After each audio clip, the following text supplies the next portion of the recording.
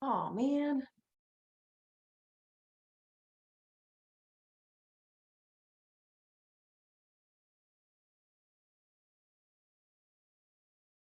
Hello, Fred. How are you're muted? How's that? Perfect. How are you? Good. Real good. Good. How you doing? Good. Real good. What are you Glad. doing these days? Well, like for fun or work Whatever or you want to tell me.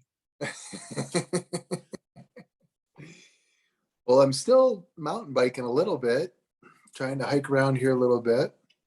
But for work, I'm actually in the job market. I'm working right now for a company called Shared Services, and they actually clean draft beer lines. Oh, So I go into all the bars and restaurants and we clean their draft beer lines. But I am sort of searching, and I'm looking for more money, and that's sort of when in you. Well, first of all, let me say that a lot of things that you say resonate with me. So when I was trolling through Facebook here a little bit ago, and I saw this, and I'm like, you know what? I ain't doing anything. Let's jump on and see what Lori's got to say. love it. So maybe it was divine timing. I believe so. Right on. Yep. Because I'm getting to a point in my life, Ken, everything is divine timing. Yeah, and patience is something that I need to work on, Lori. Yeah. Yeah. Yeah. And you have a lot of it, more than you think. Probably. Yeah, I as I hear you say that, that makes sense. Yeah. So what do you want to do? If you could do anything, what would you be doing? Yeah, that's a good question, right? So somebody asked me that the other day, and I sort of hesitated there too. So I came out of the pharmaceutical industry. I mean, that's where I spent the majority of my career. And for a while I tried to get back into that industry, but I'm not so sure that that is an avenue that I want to take. So, and then I've been involved in several network marketing companies, and still, to be honest with you, there's a part of that that still intrigues me. I just Hmm. I just haven't found my niche yet, per se, if that makes sense. Something that I've done well at, or like really, like I haven't found a product yet that just really kind of makes a ton of sense to me. And so sort of entrepreneurial stuff, as silly as this may sound. I was again just on some Facebook stuff. There's all those ads that are, you know this is real, a legitimate side hustle. um, I haven't explored any of those, but I'm sort of like to the point where, you know what? Like I said, if I'm not doing anything for the next hour, how hard could it be to investigate a couple of those things? Yeah. You Yeah. know, Cool. I like your Well, nails. Wow, those are I'm long, bro. I'm excited to like I'll tell you, but I freaking forgot to take off the waiting room. So, which is kind of a bummer, but I'll pay attention. Um, but I'm kind of excited because I really want you to come on Saturday, because today is going to be more like principle based. And then I'm going to invite you guys to come on Saturday where it's practical based.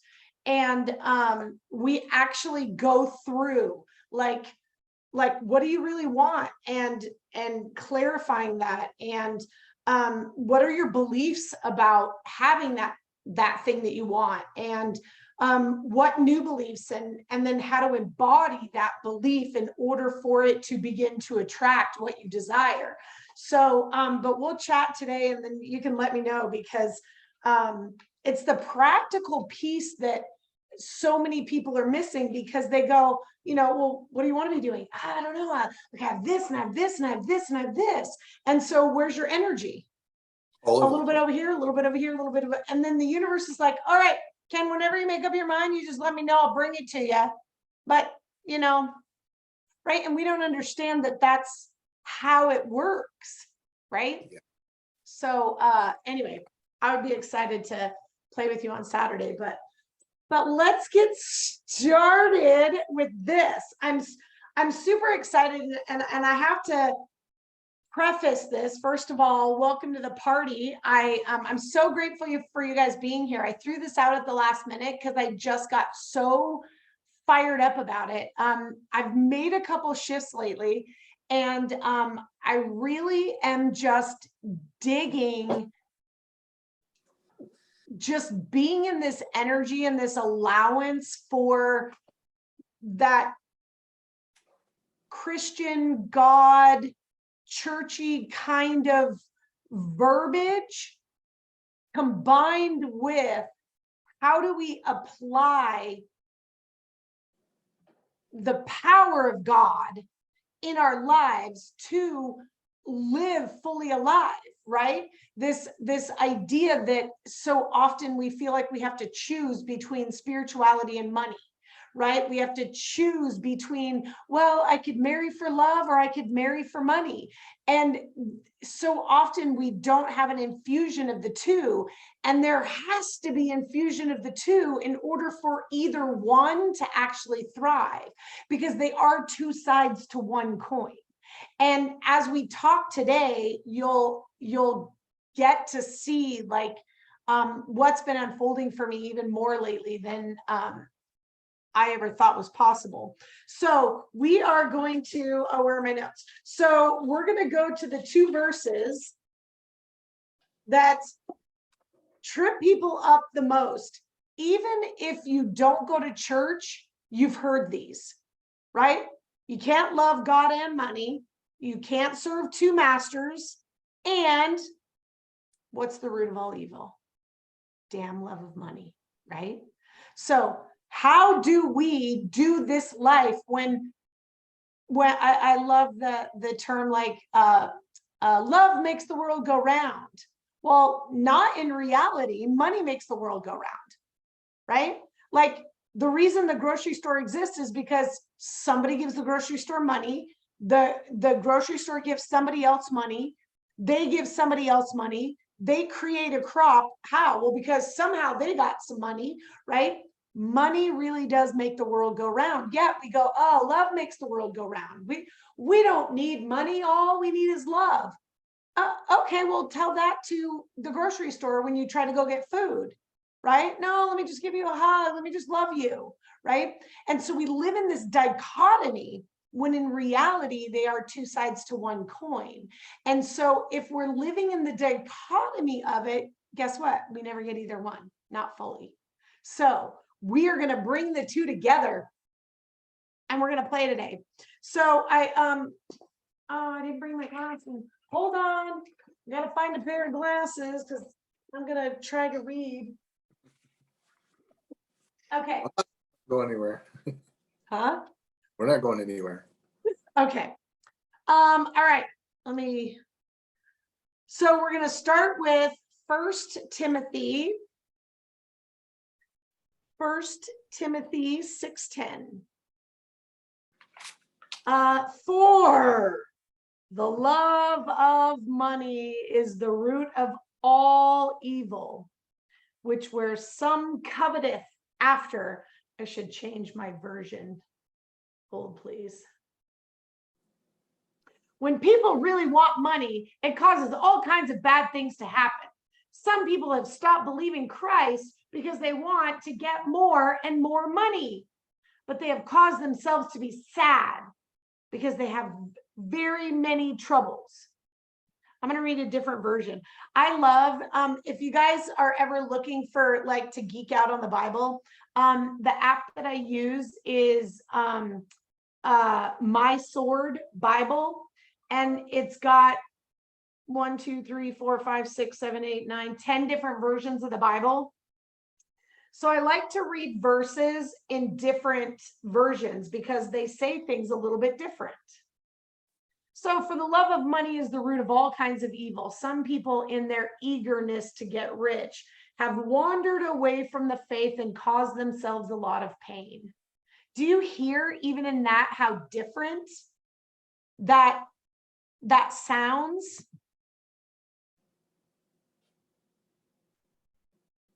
Yonkers, oh, YouVersion Bible is for Androids because my sword isn't on Android, but it has like so many Bible versions. So even just in more case than if you have 10? Android users.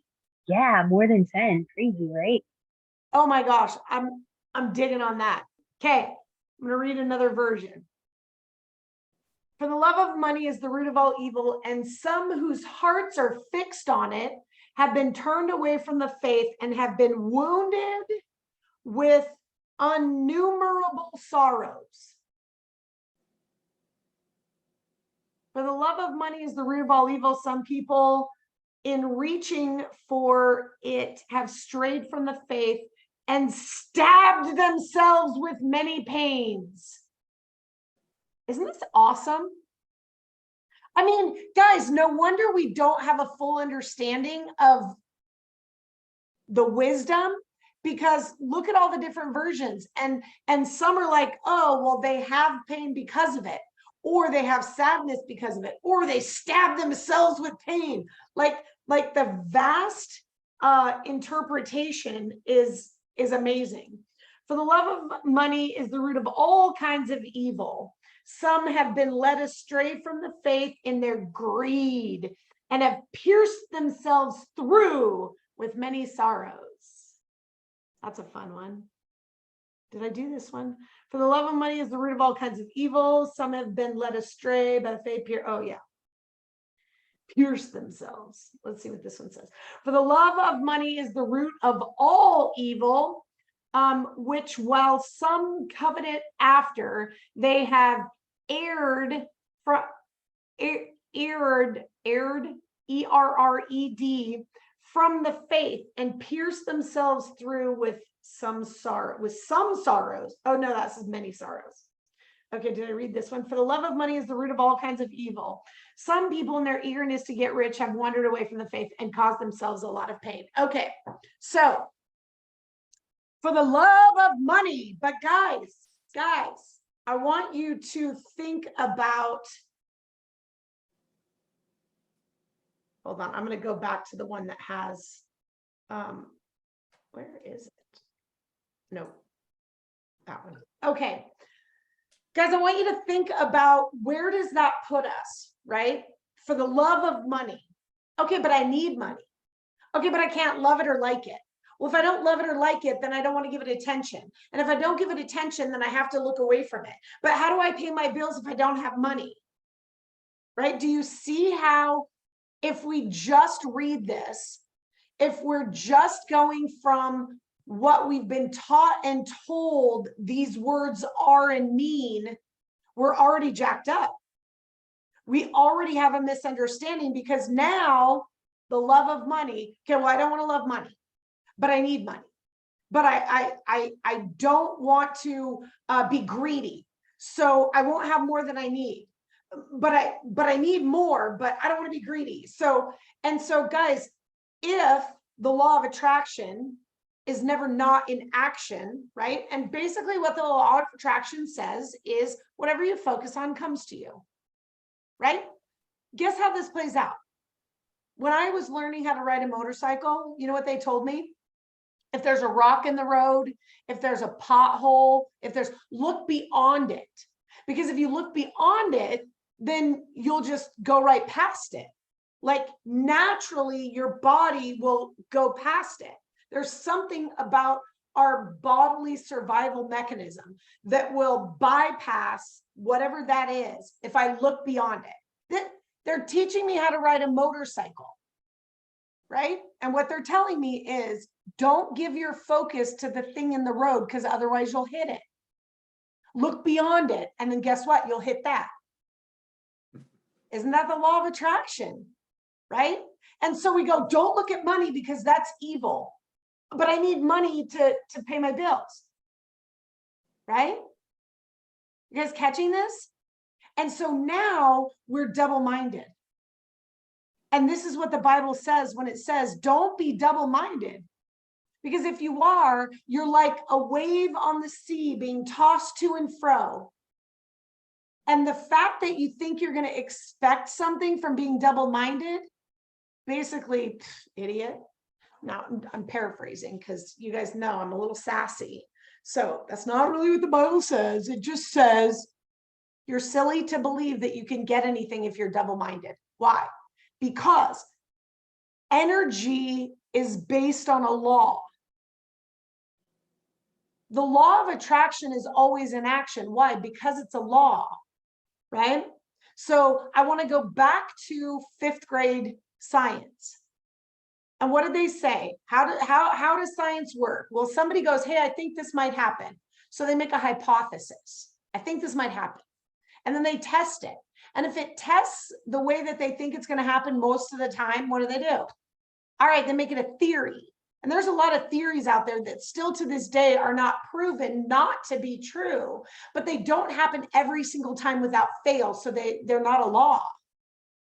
But there are some laws, the law of relativity, the law of motion, the law of gravity, right? There are natural laws out there that we know because every single time you drop something, unless it's heliumed or it's got a motor but left to its own devices, every time you drop something, it goes to the ground every single time without fail. That's why it's the law of gravity. Yeah. The law of attraction is a law. What does it say? What you give your focus to will show up. What you give your focus to. Yes? Here is where, however, the teaching of the law of attraction errs just a little bit. Because the law of attraction is actually based on my level of consciousness. What does that mean? So I remember at one point in time, because guys, I'm pretty wise. I'm kind of brilliant. Now, not in my own doing. It's absolutely a gift from God. But I just think in ways that are just really fascinating, even to me, right? And I understand how a lot of things work. Well, I couldn't make the things that I wanted to work based on the law of attraction, right? And so I was getting very frustrated. And I said, okay, God, why are you such a dick that you would have me, that you would give me these visions, that you would give me these understandings, this wisdom and this brilliance where I can believe so much as possible, yet it's not showing up in my life? You're kind of a dick. And he says, hey, Lori, I want you to think about the fact that if you could manifest instantaneously the things that I've showed you are possible, your husband would be dead 1,000 times over. Why is that? Well, let's go back to what Jesus said. You've been told that don't kill a man, right? Thou shalt not kill. Well, I'm telling you that even if you tell somebody that they're a fool, even if you call somebody an idiot, you are lined up for hellfire. It's exactly the same if you kill somebody or if you call them a fool or an idiot. They're same, right? And so basically what God was telling me in that moment was, hey, Lori, grace takes over when your level of awareness doesn't match your level of emotional discipline, right? So John would do something that would piss me off and I'd be like, oh my God, I fucking hate that guy, right? I want to get a fork and I want to pluck his eye out. Now, if the law of attraction was never not in action without an element of grace, then my husband would have dropped dead because of the level of energy with which I was focusing my hatred. Are you guys catching this? But God knew I didn't really mean it.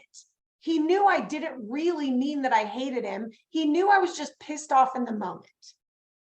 I didn't really want to pluck his eyes out. I thought I really wanted to pluck his eyes out, but I didn't really want to pluck his eyes out. But I thought I did because I was that mad. So grace comes in and says, I'm not going to actually let you manifest things instantaneously. And this is what we're talking about when we're talking about a level of consciousness that actually lines up with the law of attraction. Okay? So there's two minds that we function from, our cognitive mind and our subconscious mind. Our cognitive mind is our thinker. Okay? Our subconscious mind is our heart. It's our feeler. Our manifestations actually come from our subconscious mind, right? And so when we think about this double-mindedness and oh, I want money, but I don't want money, and I want money, but I don't want money, and I want money, and I don't want money. Well, we're going to look at this verse and we're going to actually look at what it really means from the perspective of what we teach in our container, which is the M3 model. And basically what that says is we have a spiritual side and we have a human side. We have a cognitive mind on our human side, and we have a subconscious mind on our spirit side. Okay, so we're dealing with these two minds that I think it's Timothy. There's one book of the New Testament. There might be more than one, but there's one specifically that talks a lot about our mind and how our mind works, and that's where that verse of being double-minded shows up. But that's what the double-minded is, because we have two minds. So we can have different ideas on both minds. And so then we're going, I need money, but I don't want to be greedy, but I need to pay my bills, but I don't want to love money. I want to have this thing and I want more, but I can't have too much, right? Because then that would be greedy. Okay. So we're going to unpack this verse for the love of money. So first of all, when it's talking about for the love of money, it's actually talking about love being something that is endearing, right? I want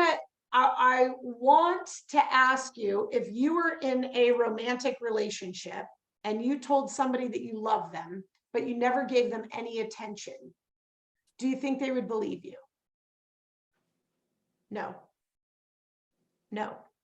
And basically, that is the energy that verse is talking about, the love of money, the attention to money, the subconscious attention to money for money's sake, to have money in the physical space of it, right? Is your attention spent on I need money, I need to get money, right? Only in the physical.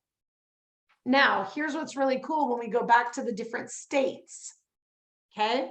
So if I am in the state of consciousness in fully human, where I'm only utilizing my cognitive, then I can totally focus on money and I can totally get money. Money for money's sake. I can totally do that. That will be equal.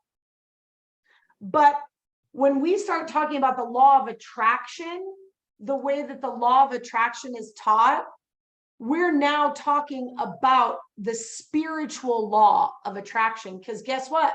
In the human law, it's opposites attract, right? Male and female. In order to have a currency of energy, you need a male and a female. Yes? So when we start looking at the spiritual laws, now like equals like. Yes? But if we're functioning from the spiritual side, now it's not about my behavior anymore. It's actually about knowing that there's a force that's unseen that doesn't have anything to do with my behavior, right? Because isn't that the law of attraction? Give it your attention and it shows up. It's not about your behavior anymore, right? So now we're applying a law, the law of attraction, from the perspective of the physical aspect, functioning from, I need it only from the physical for the physical sake. Okay. So basically what this verse is talking about is, if you're looking at money just for money's sake, now that's going to lead you down a path that is going to bring about evilness. Because now I do something like this. Well, there's these women over here and they need a place to live. Well, I'm going to give them a place to live, and then I'm going to have my friends give me money, and I'm going to tell those women if they want to live here, they have to have sex with my friends while I take their money. Because I just want money. And I don't care about you. I don't like, there's no love, there's no affection, there's no, like, I don't care about you. Money for money's sake. Nothing else has any meaning except for just what I'm giving attention to, money. So now I find myself selling women for money or selling drugs for money. Why? Because nothing else has any value. My focus is on the physical aspect of money for money's sake. Are you guys catching this? That's what it's talking about. It's not talking about having a physical currency that functions through the world. It's saying if your only focus is on money for money's sake, it's going to lead you down a path that isn't what we understand as love and affection and honor and respect for other people. Yes. And so when it talks about the many troubles and the many things, why? Well, because if I'm not in a place where I'm honoring the people around me, then chances are people are going to start not liking me, right? If I'm an abuser and I'm abusing these women to keep them in my house so that I could sell them for money, they're probably not going to like me. So I'm probably going to end up feeling very alone, right? I'm going to have to start manipulating them and manipulating the men to give me more money, because now I'm going to get greedier and greedier. Why? Because I want more and more and more. Why? Well, because that's how we're divine. That's how we are divinely designed.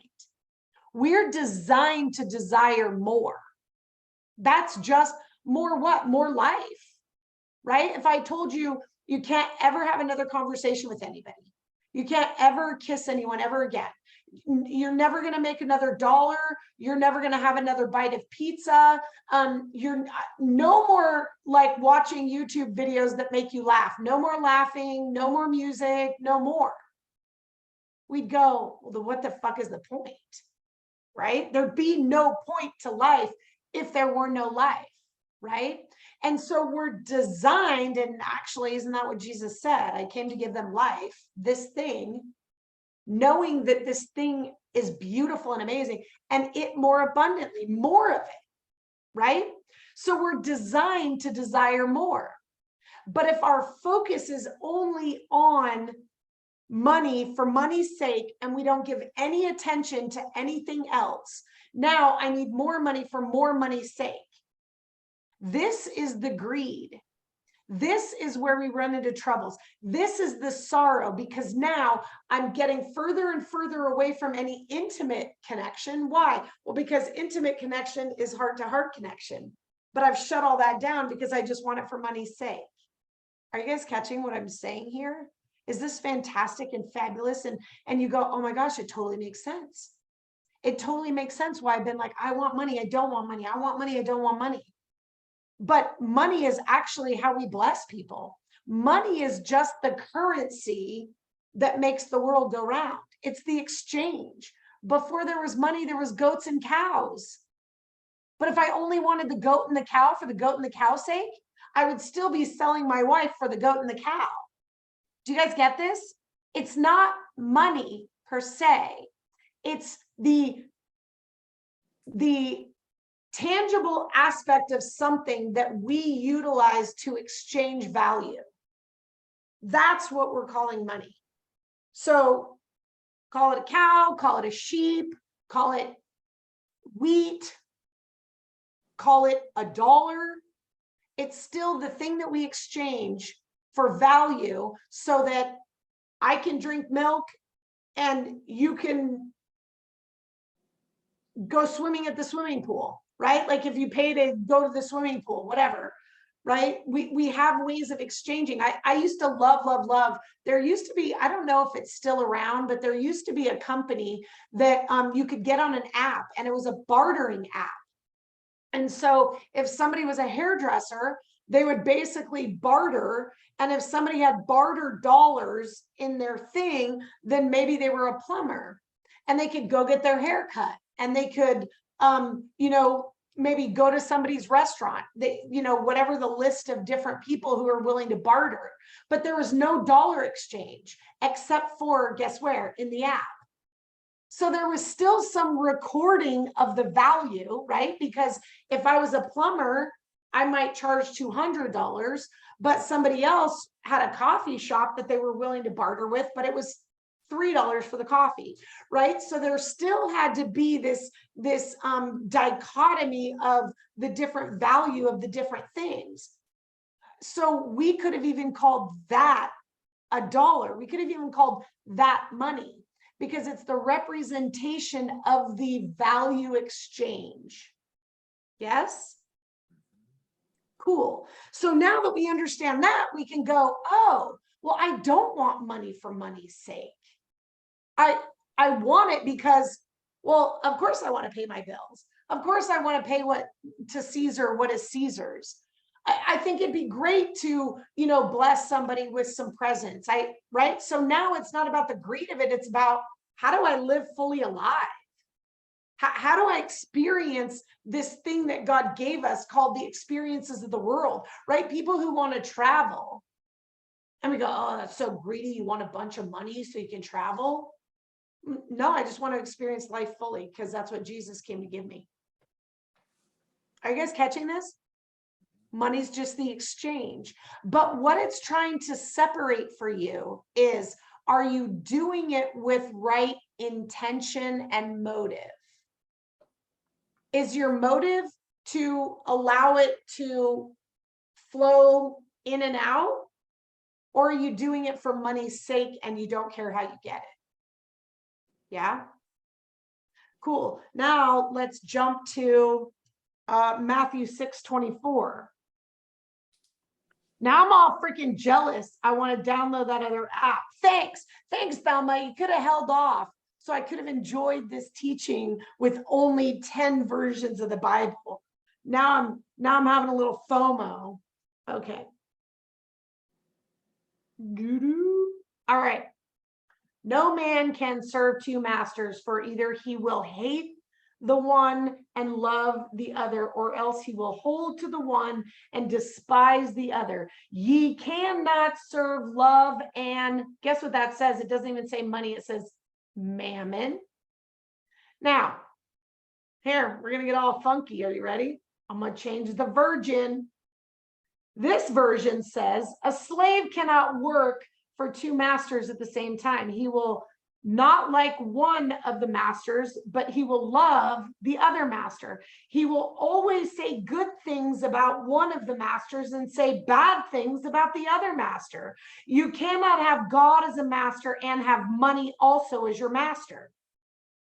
Guys, it just went from you can't have two masters to you'll say bad things to them or about them. Now we started gossiping in this version. Isn't that awesome? I love this. I love this. You cannot serve two masters, because either you will hate one and love the other, or be loyal to one and despise the other. You cannot serve God and riches. Well, now we've got mammon, we've got money, we've got riches. What the fuck are you bitches talking about, right? I love this. Let's try this one. No one can serve two masters. At least we start off consistent. Right? Can't serve two masters. Good idea. Why? Guess why? Because we have a cognitive brain and we have a subconscious brain. And you can't be in line with both of them at the same time because there's two. Yes? I mean, unless you bring them together to make them one. We'll talk about that in a minute. For either you will hate one and love the other. Well, do you just not like them? Do you talk bad about them? Or do you hate them and love the other? Or he will devote to one and despise the other. You cannot serve God and money. Which virgin was that? Okay, that was that virgin. Okay, let's try this virgin. No one can serve two masters, for either he will hate one and love the other, or else he will be devoted to one and despise the other. You cannot, we're going back to mammon. You cannot serve both God and mammon. Okay, let's try this one. Oh, wait, that's the one I just did. I thought there was one more. Okay, I guess I read them all. Okay, so now I want to go back to this one and read you. Now, one of the things that I like about this Bible, and I'm sure that Thelma's has that same thing, it's got the Strong's Concordance, and basically what that is it utilizes, here, let me show you. It utilizes these reference numbers, and what it does is it looks back at to the origin of the word, and it tries to find the closest original version of the word in Arabic. Okay, so let's look up. And actually, you know what? I might have just lied. I don't know if the Strong's Concordance is the Arabic origin or if it's even the Hebrew or Greek version. I don't know. I should actually look that up. But all I know is it's not English, right? It's going back to one of the earlier translations. Okay, so let's see what Mammon says. It says wealth. It says wealth, origin, what is the figurative wealth personified? That is, I want to know what that word is. Okay, there's actually, it says mammon, treasure, riches, personified and opposed to God.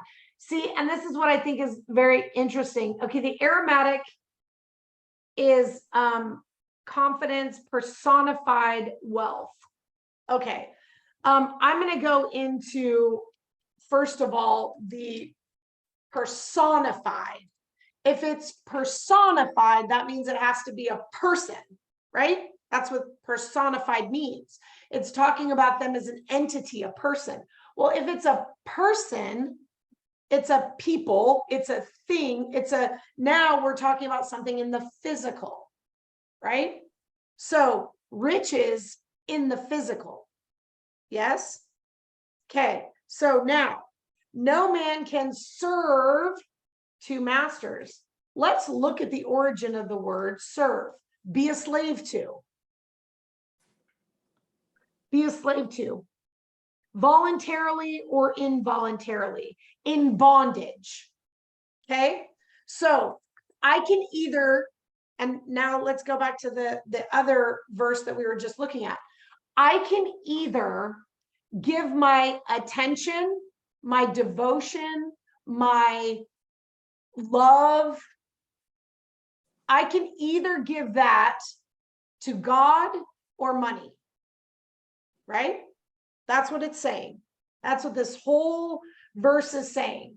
I can either give my love and attention to one or the other. I'll love one and hate the other, because that's the opposite, right? And even the Bible says, right? God says you're either for me or you're against me. Yes? So was Jesus sinful to have money? No. Do you know, if we look back, because, you know, the Bible is so rich, it's so full of wisdom, and it tells us so much more if we look at it as a whole. Because do you know that our forefathers, do you know, when we look back and we look at King David and we look at Abraham and we look at Isaac and we look at Jacob, those are who we say are our forefathers. We should look to them. Do you know that every main, okay, I won't say every, 75% of the main characters in the Old Testament were filthy, stinking rich? Guess why? Because they understood the law. They understood whatever I give my attention to has to show up. Here's what I'm going to encourage you to understand tonight. They gave their devotion to God while they allowed God to bless them through physical means. They didn't give their devotion to money, but they had a fuck ton of it. Are you guys catching this? Like, how freaking cool is this? And so you're right. I can't look and serve money for money's sake because I won't give my attention to God. But if I give my attention to God now, not the God that somebody else told us about, it's the one that we love with our whole heart, mind, soul, and strength. Our heart, mind, soul, and strength. What I came to the planet to do. The God that tells me why Lori came to the planet. And guess what? The God that tells me why Lori came to the planet is not the same communication that will tell Ken why Ken came to the planet. And it won't be the same voice that tells Thelma why Thelma came to the planet. That's why when the whoever came to Jesus and said, hey, there's the 10 commandments, which one is the best? He's like, ha, joke's on you. It's actually not even really one of those. It's love the Lord your God with all your heart, mind, soul, and strength. Be devoted that everything you have comes from him. It's not about not having money. It's about recognizing that it doesn't come from your self-effort. It doesn't come from you and what you did. It's a gift from God. And when I really started learning this and understanding this, I'm like, okay, my physical effort and my physical power is about this much. God's effort and power is eternal and ginormous and bigger than I can ever think or imagine.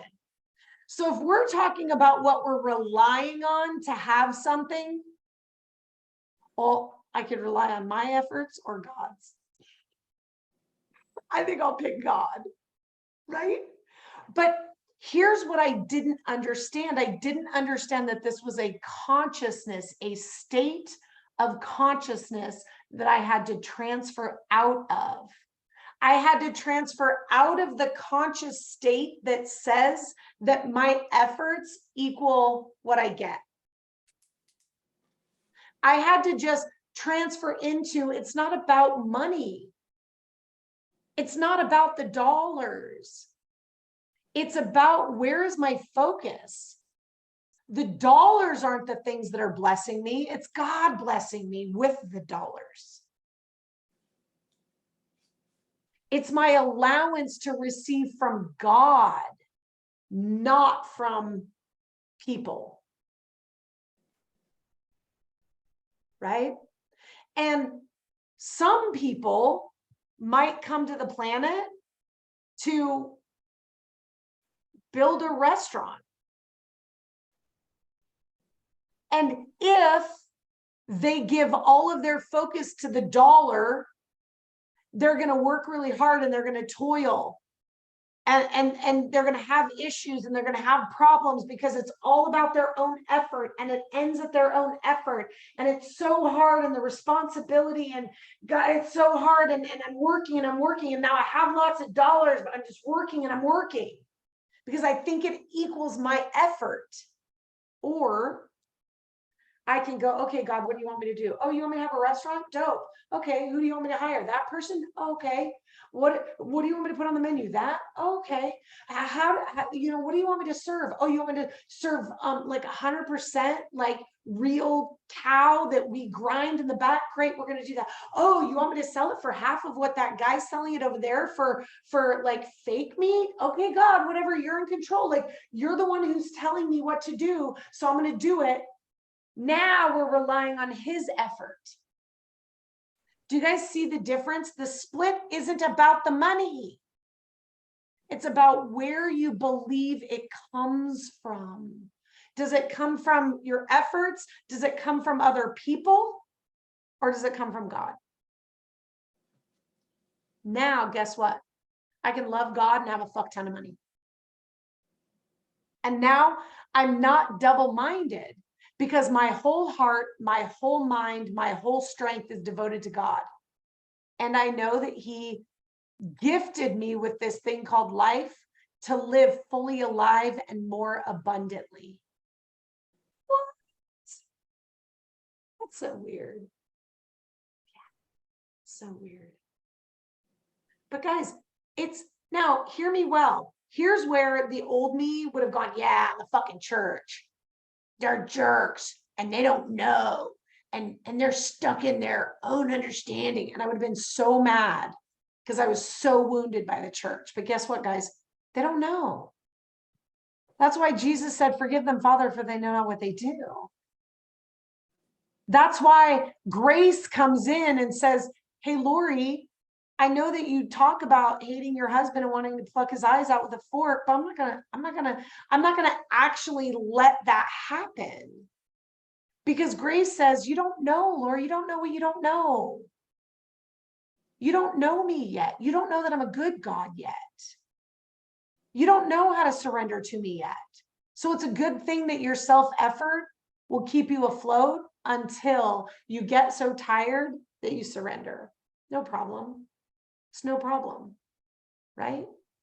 Nobody went, oh, I think I'm going to deceive these people into giving me all their money and, you know, saying, God says, give me all your money. There might be a very small percentage of people. There might be a very small percentage of people who are actually like kind of douchey like that.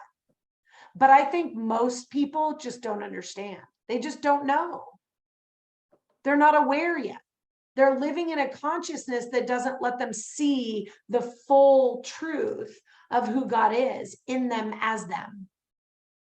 Yeah? It's good stuff, right? Isn't this cool? I love this. And guys, guess what this does? It frees us. It frees us in our mind to stop going, why would God, you know, give me a desire for something, but not give me the resources for it? He wouldn't. He wouldn't. Every desire you have, he desires to fulfill. It's us that think that we have to do it. That's where we get tripped up. And when we realize, oh shit, he just wants to do it through me. He just wants to do it as me. Now I can do what Jesus did and just do whatever my dad tells me to do. And it's going to be so much fun. Okay. But guys, that's a different level of consciousness. And we can't know it until we know it. We can't know it until we show up here and go, hey, I'd like some more information. Wow. And just like Ken, Thelma, you weren't here when Ken came on. Ken and I go way back. I don't even know when we first met, but it's probably been what, at least 10 years ago. Yeah. So we go way back. And so I'm like, oh my gosh, right? We caught up a little bit and he's like, yeah, I'm looking for another job. I have a job, but I'm looking for something different. I don't quite know what it is yet.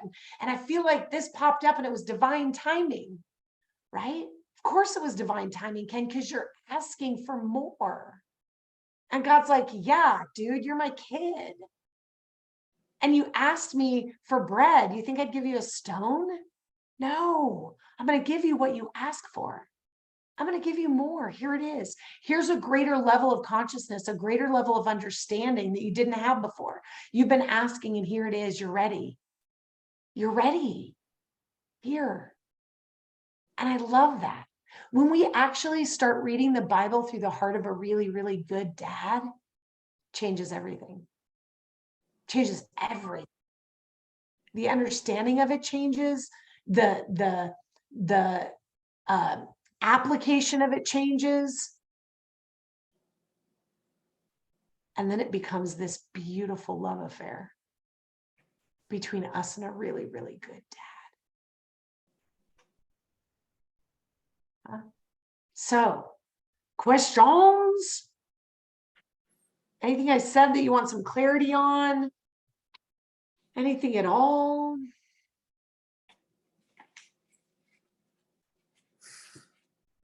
I had some questions and now I don't remember what they were. I didn't write them down. Let me look through here.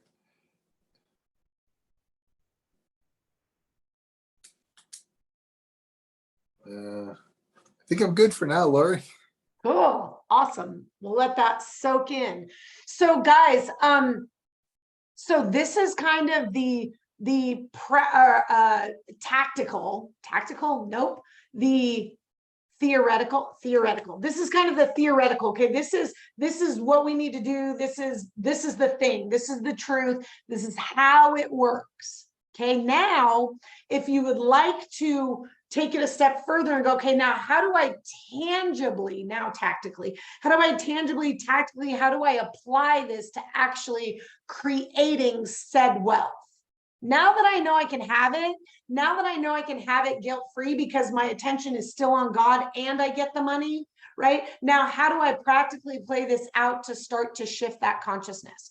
If that's something that would be fun for you, I am doing a workshop on Saturday. It is in person or virtual. It's normally $150 for anyone who is here or anybody who watches the replay, anybody who desires. I'm doing it for $100. It's from 9 to 2. You will walk out of that workshop with the beliefs that you currently have about money and yourself, what you truly are focusing on, right? What you really desire, what that thing that you're giving your attention to that is, okay, God, you've given me this desire. So yes, God, I'm focused on you and the desire that you've given me, right? Because love the Lord your God with all your heart, mind, soul, and strength. What does that mean? When God says, hey, this is what I brought you to the planet for, you go, okay, cool. I'm going to focus on that, God, me and God together, focusing on this thing, right? We're going to look at what that is. And then we're going to give you some practical tools for you to start applying this to your life. What can you do every day? How can you start to implement this that will allow your consciousness to shift so that now you're fully in alignment with that thing and it has to show up? So if that would be fun for you, I would love to invite you to come play with us on Saturday. Again, it's from 9 to 2 in person or virtually. So if that's fun for you, you can reach out to me and let me know. Otherwise, I'm going to be doing a whole lot more Bible studies like this because it fuels my soul. It makes me happy. And I finally decided that that's all I ever want to do ever again is just do what makes me happy. And this makes me happy. So I'm going to be doing a whole lot more of these. I will be inviting people into to do it on a Zoom like this. It will also be, I'll be putting it on my YouTube channel, which is Empowered Abundance. YouTube channel, and then I'm going to put it in a series. I'm not quite sure. I thought I did it with our podcast, but I screwed it up. I'm also going to do a podcast. Guess what it's going to be called, guys? It's going to be called God, Money, and the Fuck Word. I know, I like it too. And then Thelma thinks we need to have a church at some point in time, and we're going to call that Good Fucking News. Just because I really like the F word. It just unsticks so much energy, especially in this religious culture. Fragment. We want to fragment all of those stuck beliefs that we have about who God is and what God is, that is actually causing us to live in this place of suffering. And we think we're doing what's right and righteous for God, and we're suffering. And that's not what Jesus died on the cross for. He came to show us what life is and how to live it more abundantly.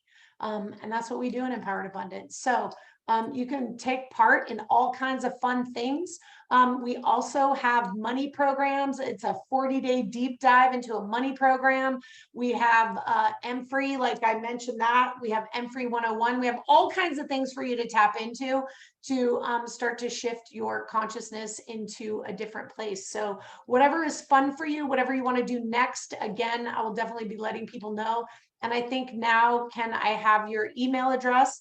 And so I can put you on our email list, and I will start sending out, notifications for when we're doing just Bible study. And yeah, we'll keep you connected and keep you moving forward based on this beautiful divine timing. Cool. All right. All right. And if you want to participate in Saturday, reach out so that I know you're coming and we can make those arrangements. Until then, and Ken, if you have any questions, just how to get a hold of me. Reach out to me on Messenger. If something comes up, if you wake up in the middle of your night or in the middle of the night and go, oh my gosh, because you'll start getting, that's the other thing in this container is where I function from. My desire is to open up your consciousness, specifically your third eye. And so you'll start to see and experience things differently. You'll get different downloads. It's just the intention that I set based on the fact that if God is everything and God is love, and love or the absence of love is what keeps us in a place of pain and suffering, well, then more love would eliminate that, right? And so I just want to be a conduit for that love, which is the opening up of our consciousness. So with all of that said, I hope you guys have an awesome evening, and we will definitely chat soon. Good stuff, Lori. Thank you. Yeah. See you later, Ken. Bye, Thelma. Good night, you guys. Bye. Bye.